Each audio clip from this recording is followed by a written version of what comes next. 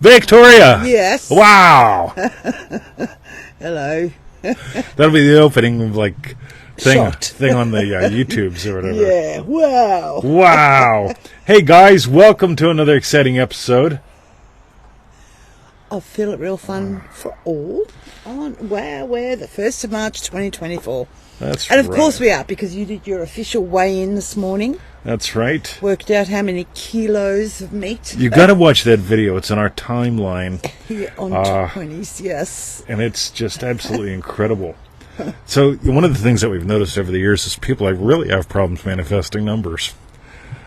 Right? On the other hand, it's easy to identify. It's easy to imagine what you identify with. Yes. IdentityBasedManifesting.com. Meanwhile, Victoria. Yes. Shall we do the intro?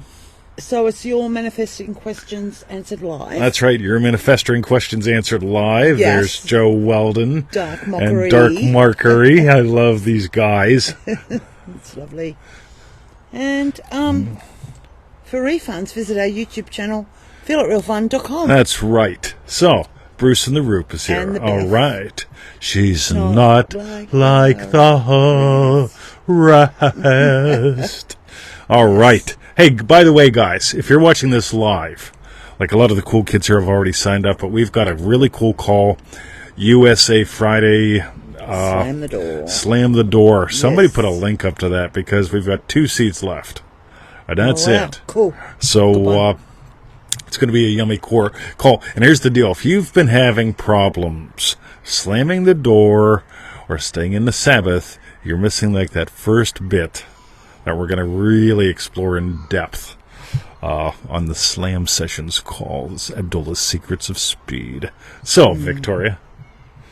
Well, I really like that. So it's not just slamming the door, but it's staying in the Sabbath. Yeah, most people, they I'm slamming the door, 20. Yeah. That's the sexy thing. Let's be Yeah. honest. I mean, slam, yeah, Abdullah, slam that door. And Neville talks about when you get into Sabbath, then you know. But a lot of people, they don't really slam the door, and they can't really stay in the Sabbath because they're missing the first bit. And the first bit's not something I can put in a bumper sticker. I could. But the difference between a bumper sticker and a car is what we're talking about. That is tomorrow. Actually, it'll be tomorrow, like right now, Joe Weldon. Yes. So, exactly tomorrow. Exactly Tomorrow, from the sound of my voice. Yes. All Okay. right. And right about then, this will be when Joe's introducing himself tomorrow. I'll be like, yeah. Anyway, you people love Joe. Hello, Stella, Jim, and Alessandra. Alessandra's on the Yay. call tomorrow. Oh, cool. All right. Good one. If you're on the call tomorrow, type it in. I'm on the call tomorrow. So just for Slam the Sabbath, sounds like a death metal band. Love you, Darkery. Okay. All right. True. So we're going to dive in with the first question, and it's from Dream Driven Day Jeff. I keep seeing something that looks like a black orb on my face. Sorry, you guys out there, because It's a dot on the screen, right? By the way, hey, isn't this your whole fucking life? At the end of the day, there's a black spot on a screen, and you think it's on your face. What's out there in the world? Oh, dear God. God. Radio. All right, let's Anyway. start again. Dream Driven Day Jeff, manifesting time and money. That's rightness. And Dream Driven Day Jeff asks, you talked about time and money today. What can I do? Because I own more time, but I would like to own more money to go with my time. Cool. This is a fabulous question, and I love the way you framed it, Jeff. So, Yeah. here's the way. So I posted in a little post today. Who put it up? My buddy put it up. Emmett, go eat the birds. Yes. And, what's his name? I can see his face, but I can't remember his name. Anyway, so he puts up a post, and it's basically about money and all this bullshit, right? And I shared the little bit from years ago. My intention, my desire seemed to be, I want to make great money doing what I love. And what that had me doing was a lot of what I loved to the point where I hated it. Yeah, I get that. Right? So I want to make great money doing what I love, right? Yes. You know, I'll interject because yeah, what please happened do, was because I just when I took was 3 20 or sidetricks. something, I bought a garage with my then husband, service station. Because you love cars. Well, I did love cars. Yeah. Well, I sort of love cars. Yeah, I got a great car while I was there. But it wasn't that. I did really like sweets. Chocolate. So you make great money? I make great money while being able to eat. I'll have a cherry ripe today, I'll have a Mars bar, I'll have this, I'll have that. Until eventually it was just like, I never want to see another chocolate bar for the rest of my life. So that changed. So it was like that, I don't know, like what you were saying, you do something that you love until you hate it. Yeah. And it was like that for me. Yeah, and that happens a lot in life. People have these what we call threshold experiences. So you get to the point where it's like, I'm right, I'm not doing that no more, right? Yeah. And so if you just change the context a little tiny bit, see, my real desire was to make great money while doing what I love. I love people. I love talking to people. But if I had to talk to people 8 hours a day, I did that. You get to the point where it's like, right, I can't do this anymore. I was doing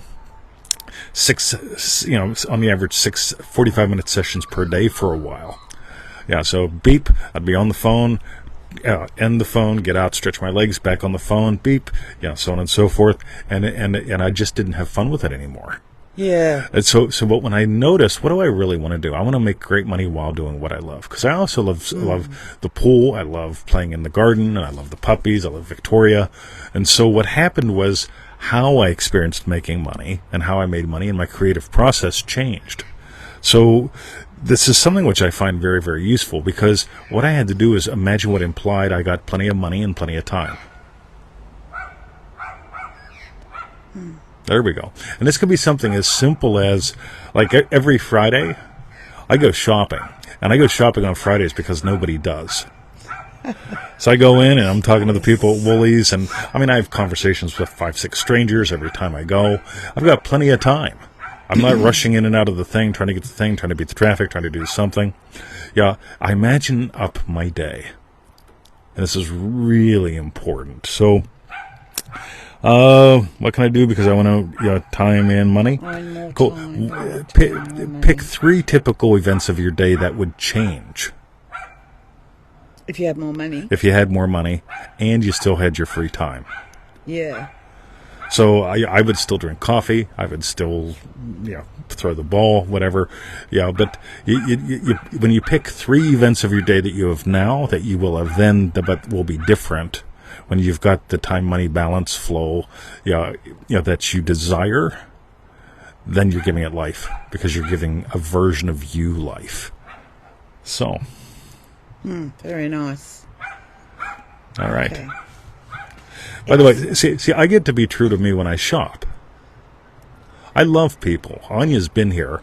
And I always bring her up for this because she just loved I remember like when we first were doing like the live event and she was here and she mentioned something about wanting to go to the dog park. And I said, yeah, that's a given, right? We can do that. Because she wanted to be the witness of your ass is mine. Yes. And it's the truth. I wherever I go, your ass is mine. I'll make sure. See, this is my identity. My identity is I want you to have a better direction when I walk away from you. So more on that later. By the way, more on that now. So when I go shopping, I'm not in a rush trying to get the cheap shit, trying to figure out which is the cheapest stuff that I can get because I don't have enough money. I have plenty of time and plenty of money. In other words, I'm living in this experience of plenty. Oh, nice. Good Lord, the little Dalai Lama dog must be on the other side of the fence. Yeah. He just stands over there like, I love you, Emmett. I love you, Bruce. So I'll say it now. My strawberry bit is that the feeling of how do 20, you know? of The feeling. plenty. Oh, I love it. Plenty 20. Yeah, no, that feeling of plenty. There's plenty of everything that I want. I love that. Well, that just comes off of Lisa's video in Remarkable this morning. Oh, that was fabulous. That was lovely. Lisa. Thank you. I listened to that with my bedtime coffee. That was great. I'm in the command chair. She's in the command bed. So can you remind me that's what my strawberry bit is in about 45 minutes? Oh, because otherwise I'll be going, let's I can't find remember. out. It was something you said. Right. Yeah, somebody remember plenty. Experience of plenty. That plentiness. Excellent. All right. So that was from Dream Driven Day, Jeff. That is the right. Thanks very much for your question, Jeff. Hoo-ha. The next question is from Ella in Manifesting Mastery.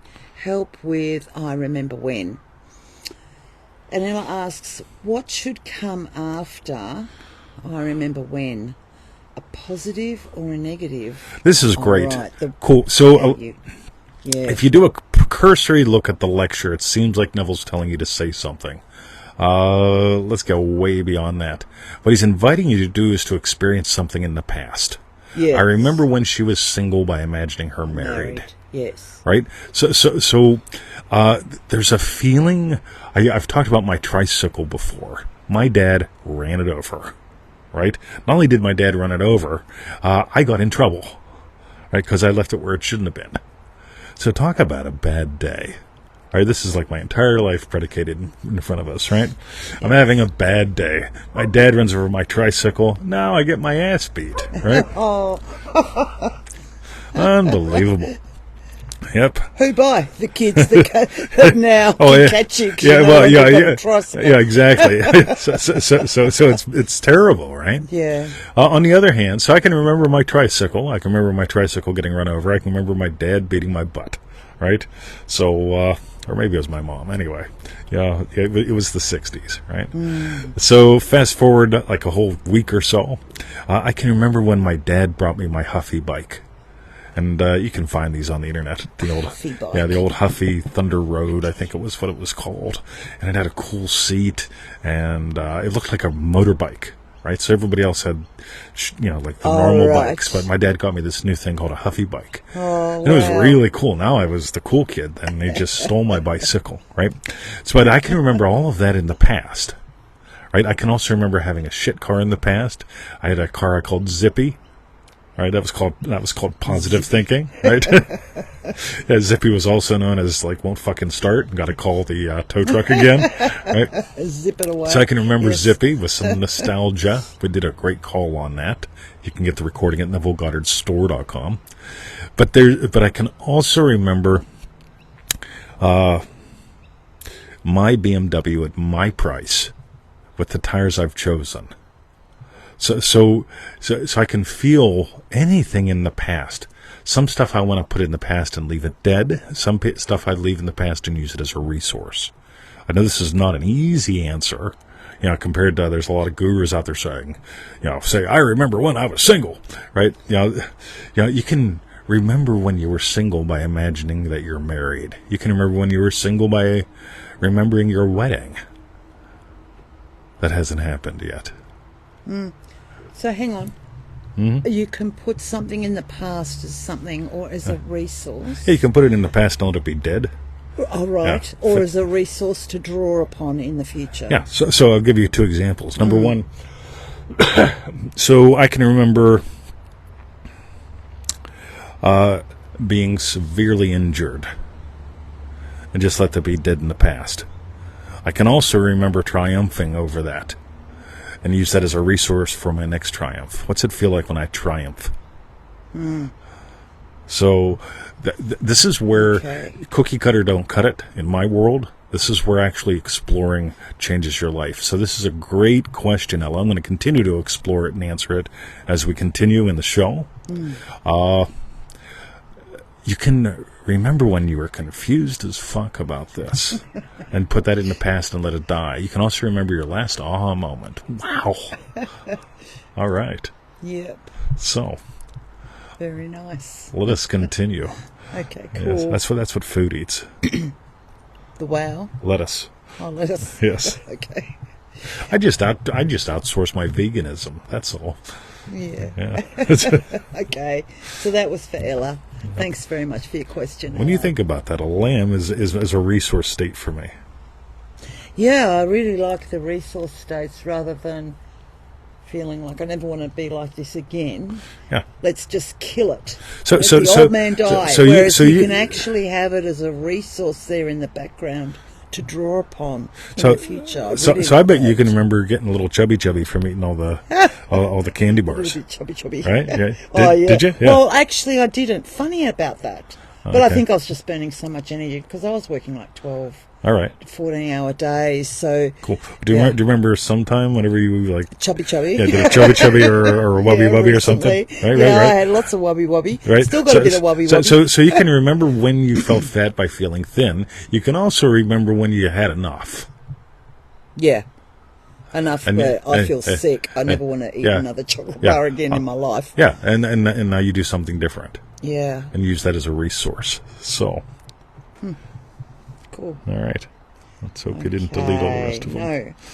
So, yeah, once again, thank you, Ella, for your question. That was ace. Next question is from Korrol in Remarkable, Imagining Bridges. And Korrol asks, what do you imagine without a how bridge? Cool. I never... So when it comes to bridges, I never put in content. Yes. So a lot of people do it, rightio. So I imagine having a dog, so I imagine somebody giving me a dog, so I imagine it's a guy that gave me a dog, I imagine it was a guy that gave me a dog because of a phone call, and they try to imagine all these little steps along the way, or a mechanism. I've just conditioned it so much, instead of just resting in the feeling of the wish fulfilled. Yeah, it takes the magical out of it. Yeah. So it puts it in a bunch of rational containers. Yeah. And just, I'm not a fan of rational containers. So yeah, and here's a great example of it, right? So I imagine being prolific with what I write. Prolific, right? What I don't do is imagine the pen, the paper, the iPad, the whatever, the typing, right? Or even like how it becomes prolific, like who's going to publish it, blah, blah, blah, blah, like all of that. Do you know what I mean? Yes. As well, yeah. So they invented this thing for me called Otter, OTTER.ai. And I found out about it through one of my internet marketing guru friends. And this thing called Otter.ai, I got in early. So I spent like $20, $25 a month for like 6,000 minutes of transcripts. I feed everything to Otter. Right, and then it's searchable. Oh my God! Yeah. And so while I'm walking into the pool, so I can be doing a couple things. I can be, don't play hard to get, right? Free world, right? Or I can be going, yo, your ass is mine, right? I don't say it, but that's my attitude. Or I can be like talking to the glasses, open Otter, and then I can say shit to Otter, right? Alessandra, Otter rocks, doesn't it? Right? So let me see the question again. Yes, so I don't imagine how anything happens in content.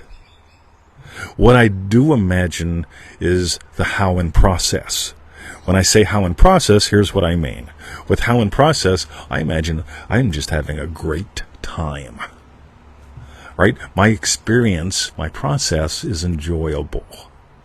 Beth says I hooked her up with Otter. Oh yeah, baby. Right? So it's so cool because instead of me trying to determine any how or condition it upon any person or anything, what I get to do is go, rightio.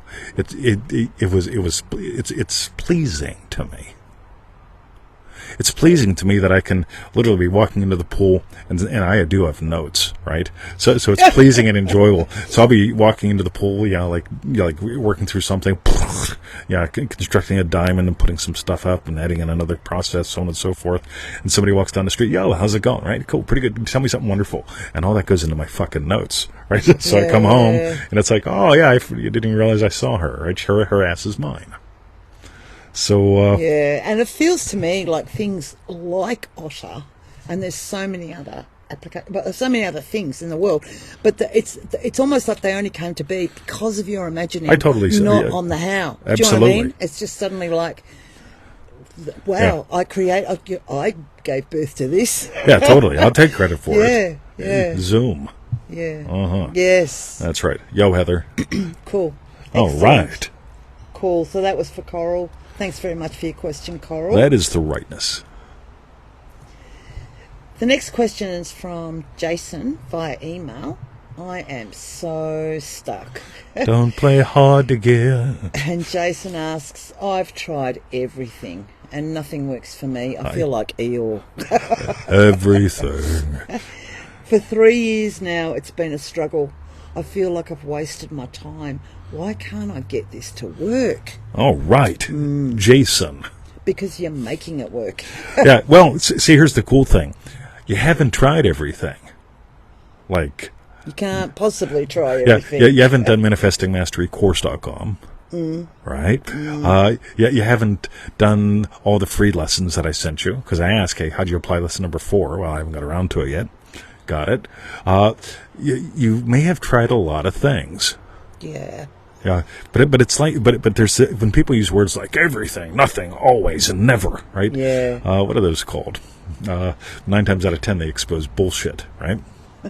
Where it's like, so it's like every man on the planet, all he wants is one thing, and all women are gold diggers, right? And so on and so forth. Yeah. And so when you stop dropping the, have you really tried everything? Right? Have you spoken to me live?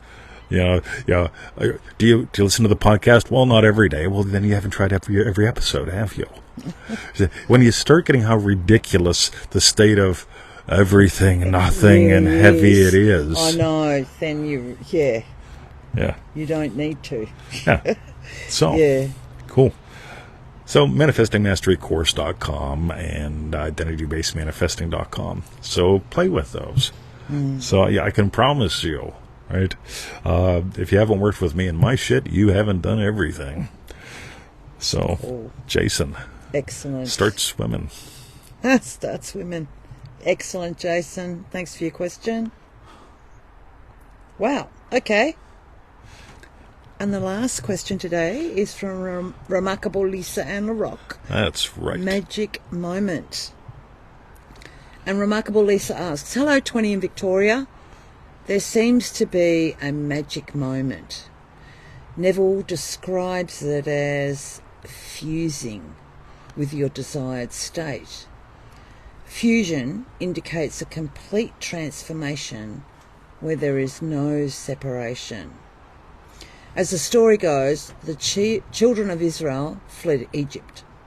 Once they crossed the sea on dry land and it closed behind them, they were officially no longer slaves. No going back. Wow. Tell us about how our moment of selection contains this magic moment. Thank you, Lisa. Cool. So your desires are divine in origin. Neville says the moment you feel a desire, that's when you move into its assumption. From what I can tell, we did a call on this called the Magic Moment. I think it's in the Remarkable Vault. Yeah, that's right. And one of the things that I love about the moment of magic, or the magic moment, is there's this moment that the devil cannot find. In other words, doubt is impossible. And so we're watching a show. It's called The Octopus Murders or something like that. Yeah. Right? Just watched the first episode last night, and I got too tired to continue because I really want to watch this one closely. Right? And so we're watching The Octopus Murders, and it's one of those things where when in the first couple seconds I got, fuck, this is real. Right? This is not a fictional thing. This is real. This is real footage. Right? And so one of the characters is a paramedic, and he goes in and he goes in and checks out the body. And I show pictures of what he looked like when the incident happened, and pictures of what he looks like at about now. Yeah. He's heavier. He's puffier. He's slower. Look at me from 4 years ago. I don't know. No, what's today? 38. So look at me 70 days ago. All right. Yes. Right? I am less puffy. I'm lighter. I'm a lot more on fire. Now here's the thing. We can engage in inevitable conclusions. Or we can we can pick a moment of magic. So I discovered a desire. I noticed an experience I was having on Christmas Day. I was remembering when I was an athlete. Now, up until December 25th, I was happy with something called progress. And I've made amazing progress with my body, with the injuries that have held me back over the past 7 to 9 months. But December the 25th, something really slammed home hard for me, like literally being smacked. And that was, I was remembering when my glory days felt in the past. And so when we're watching this documentary, and I see this young, fit guy, right? The young, fit paramedic. He's about my age. And then I see him about my age now, and he's fat, and he's slower, still a decent guy. Yeah, right. But he hasn't felt the desire and then moved into the magic moment. My magic moment, do you hear any hesitation in my voice? I know where my body is going. We just did a video with a massive... I had to put these massive bags of meat in the car. She carried them into the house. I so appreciate that, right? Because I'm bringing the dogs home and getting them out of the car, and she goes, "I'll take all the heavy things." And I'm like, "All right." Right? She's engaging in a fitness program too. Right? And I said, "You've got 2 jobs to do, right? Hold the iPad and do the math." Right? And she held the iPad and did the math, and you'll see it on our timeline right before this show, this video of a mountain of meat. That was on my frame 60 days ago. So this moment of magic, you'll find the content, but you'll feel it in process. Because there is zero room. There not only is no doubt, there's zero room for doubt. Just go back to the last show right before Christmas. Look at me. Now look at me. All right? A massive difference. So you can accept your divine desires, and then you select, you surrender to a moment of magic. And you don't let rational get in the way. Because rational will have you trying to figure out or select a bridge, which is the right one. What are the right qualities for it? I don't get... this is where it gets really pedantic for me. Because people say, make a list of all the qualities that you want in a woman. Yes. Right. He's the pros. He's the We'll do the thing, and what we don't want in a woman. Oh, we've all done it, right? So here's what I want in a woman. This is what I refuse in a woman's. Yeah. Right. And at the end of the day, right? So I meet her and I go, hey, she missed out on 3 points. Right? Cross it off the list. On the other hand, yes. If it's not about qualities of her, but if it's about my quality of life, happy, loving husband, experiences a moment of magic, what it's like to be touched and held, what it's like to be heard and felt. And suddenly I meet her. Surprise, surprise, surprise. Right? So the magic moment, you may know the content of it, but you will definitely know the feeling of it. When you find the feeling, by the way, here's the content of, the content is something like, you have a magic moment for me when people congratulate me for the kind of couple we are. Case in point, Alessandra and Grant just did a call with Mike. Podcast. That was fabulous. And feeling twisty. They were fabulous. And you guys pointed the flashlight at us. Yeah. Right? That's my imaginal act. That's my moment of magic. But then how much it points back to them. It points back to them. It's just beautiful. A moment of magic is like a laser, like a reverb. Yeah. It's a bit like Neville's thing about the gift that's not accepted, just comes back to the gift. That's sort of that totally. As well. Yeah. Now, I've got 2 things to say that I really don't want to forget. Oh, dear. I loved, which is my second story bit. So my first story bit, which we haven't even started yet, was Experience of Plenty. My second one was what...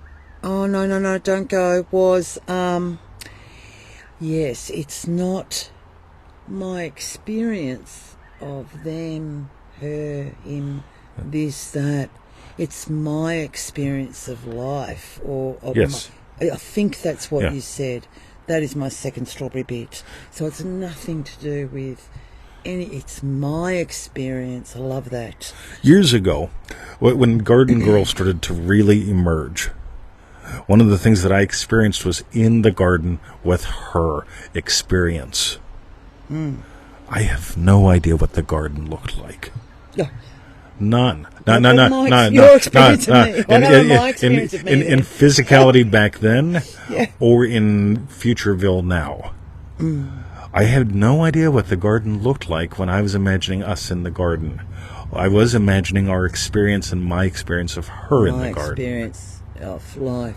With in the garden. with her going, wow, Yeah. cool. Lisa and LaRock, my quality of life, comma, Victoria. Yeah. That's it. Yeah.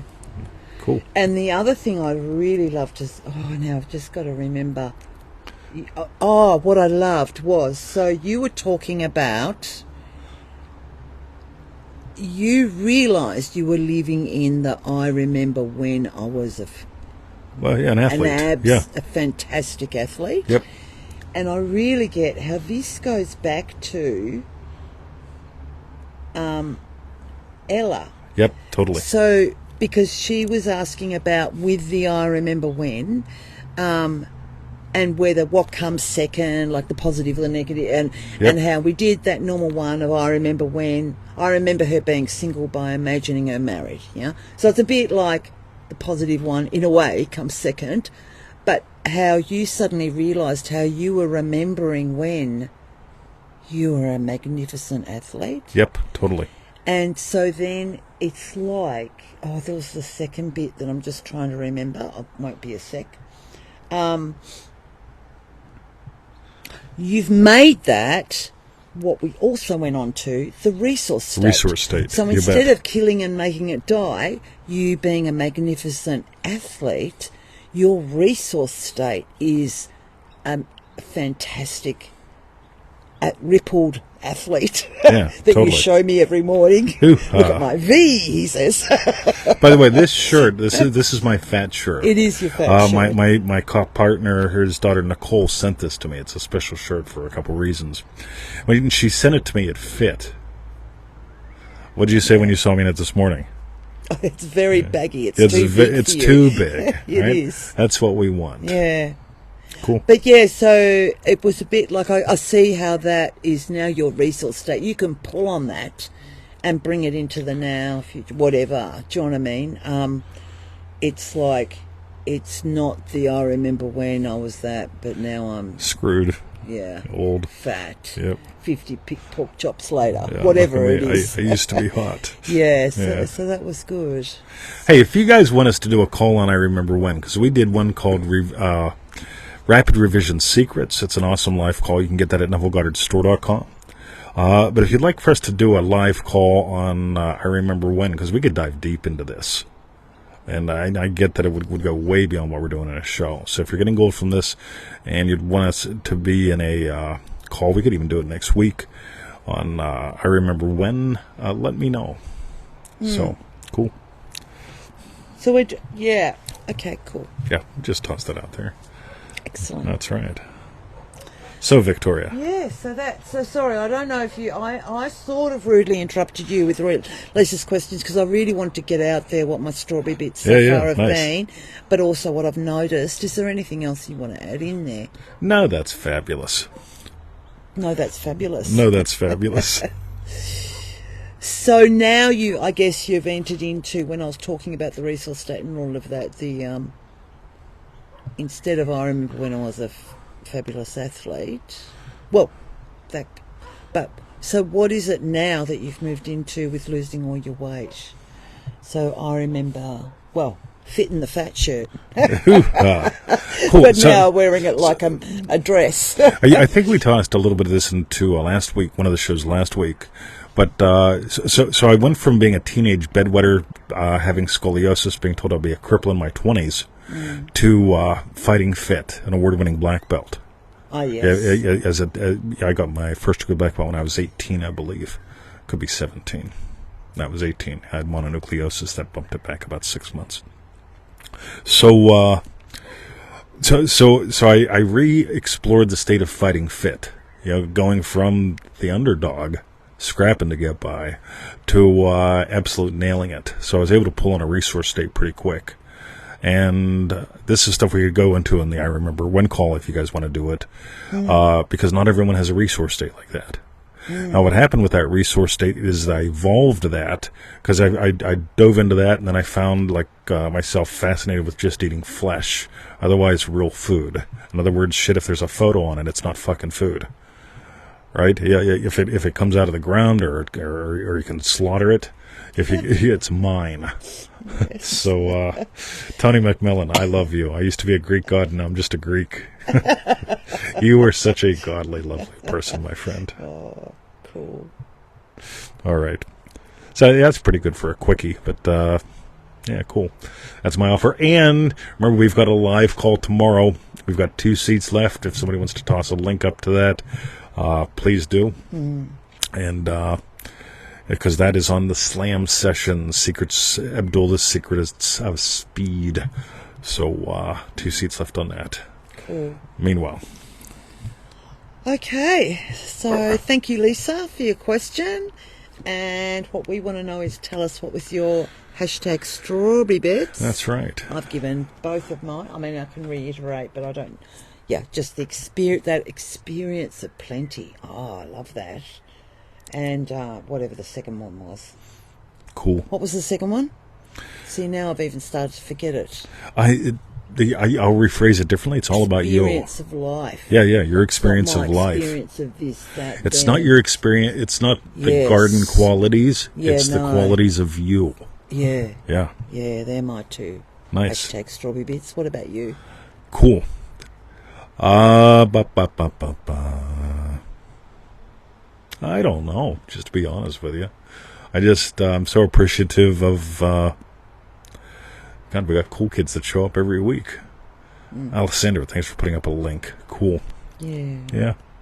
Oh, and one thing I would love to say, just from, I must admit, my knowledge, I was born into a Methodist household, but I never really, I was forced to go and all of that. So I don't really know the Bible and all of the teachings, and it's really, my main experience is actually now through Neville's teachings and what you guys post.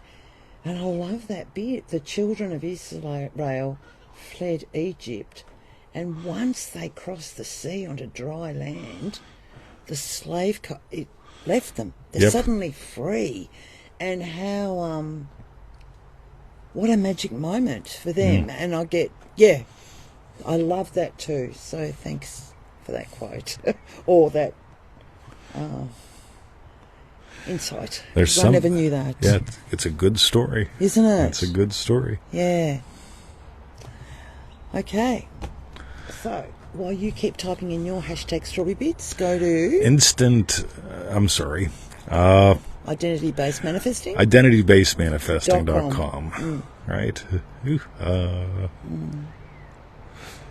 Next. And for refunds, visit our YouTube channel, feelitrealfun.com. That's it. Have a lovely day, gang. And thank you all for your questions. And yeah, that's what I got. I'm just really touched today. Have a great day, gang. Thank you. See ya. See ya.